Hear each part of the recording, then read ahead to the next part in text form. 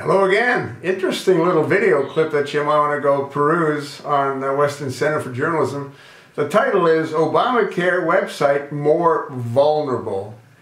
And Chris Wallace has a guest on by the name of Mr. Carey, and he is a independent security software expert.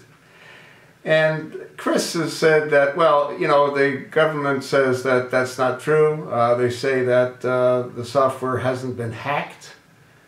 And Mr. Kennedy agrees that it hasn't been hacked. And the reason that it hasn't been hacked, he says there's no way for them to determine as to whether or not it has or hasn't been hacked because they don't have that capability. So when Gary Cohn from Department of Health Care Services says it hasn't been hacked, he's telling the truth. He has no way of knowing. And Mr. Kennedy believes that the software is far more vulnerable than it was earlier on, irrespective of the hundreds of millions of dollars that this administration's poured into it to try to make it secure. As I've stated in earlier videos on this, and as you can go verify, software has to have its security built in at the bottom. You can't put the cherries on top. They have to be at the bottom. And that's why no matter what this administration tries to do to make it better and more secure, they can't.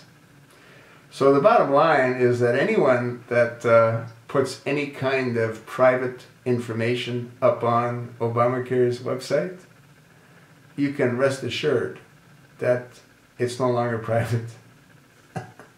Yeah, it's pretty crazy. And once again, it was never intended to work.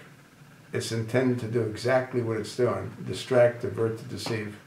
So many Americans are focused on Obamacare and their own health care insurance that they're not paying attention to what this administration is doing, which is taking our country away right beneath their feet.